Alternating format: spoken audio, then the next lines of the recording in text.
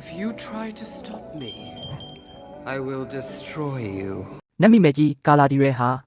သူမရဲ့ရှိမှရှိတဲ့အောက်စစ်တီကိုစက္ကန့်ပိုင်းတွင်းမှာပဲပြာတိဖြစ်အောင်ချက်ချင်းမှုထုတ်လိုက်ပါတော့တယ်အဲ့ဒီမော်ဆွမ်းရင်ပောက်ကွဲမှုကြီးဟာဒီလိုင်းကြီးတစ်ခုလိုကောင်းကင်ရံတစ်ခုလုံးကိုဝါမျိုးသွားခဲ့တာပေါ့သူမဟာဒဏ်ရာတွေနဲ့လဲကျနေတဲ့ဂနတ်စီကိုအပြေးလွှာသွားရောက်ပွေ့ချလိုက်ပါတယ်ဒါပေမဲ့နတ်မိမယ်ကြီးကဂနတ်ကိုခံတက်အပြင်ဘက်စီခေါ်ထုတ်သွားဖို့ပြင်လိုက်တဲ့အချိန်မှာတဲ့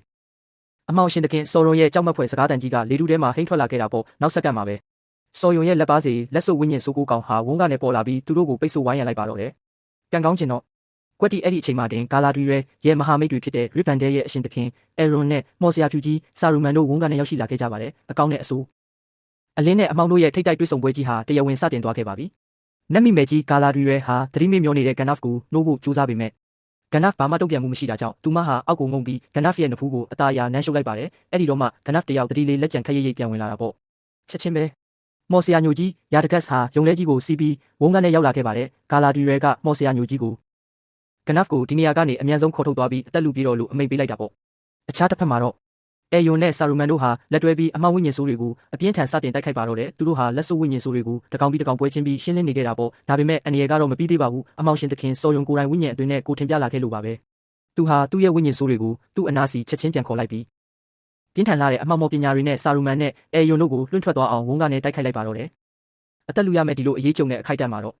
နတ်မိမယ်ကြီးကာလာဒရီဟာသူမရဲ့ခန္ဓာကိုယ်ထဲမှာရှိသမျှနောက်ဆုံးသောမော်ဆွမ်းအားတွေကိုအစုံဆွဲထုတ်သုံးလိုက်ပါတော့တယ်သူမဟာကြဲရောင်စုံခွက်ကလေးကိုမြောက်ကင်ပြီးမန်တန်တွေကိုတိုးတိုးလေးရွတ်ဆိုလိုက်တာပေါ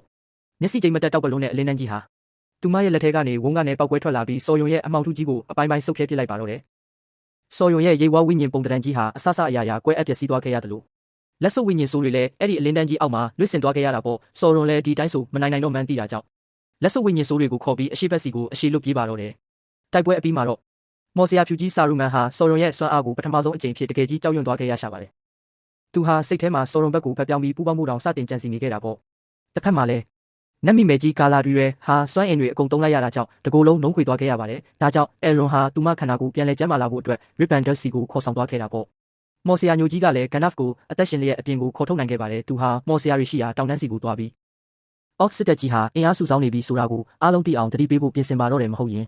်မိတဲ့အကဘာကြီးအနေနဲ့ပြင်ဆင်ဖို့အချိန်ရမှာမဟုတ်တော့လို့ပါပဲမထွက်ခွာခင်မှာမော်ဆီယာညိုကြီးကသူ့ရဲ့မော်တောင်ဝေးကိုဂနဖ်လက်ထဲအမွေပေးခဲ့ပြီး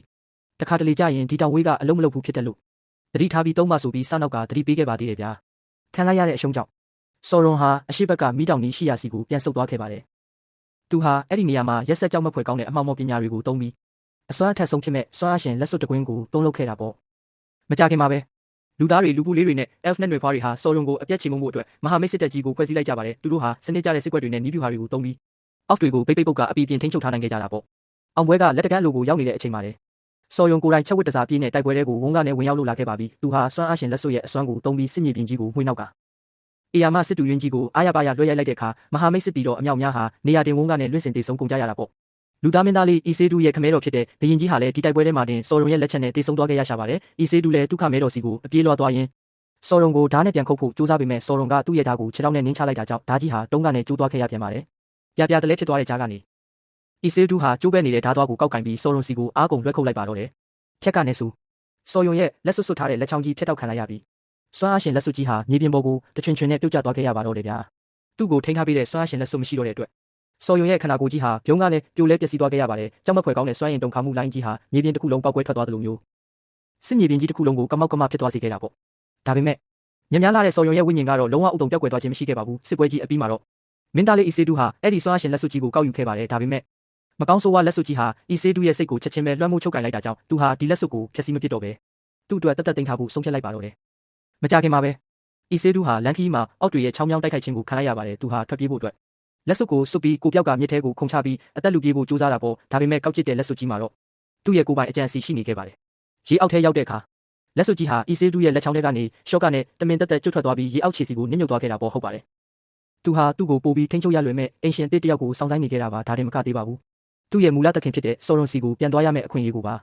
ရေအောက်ထဲမှာတိတ်တဆိတ်စောင့်ဆိုင်နေခဲ့ပါတော့တယ်ဗျာ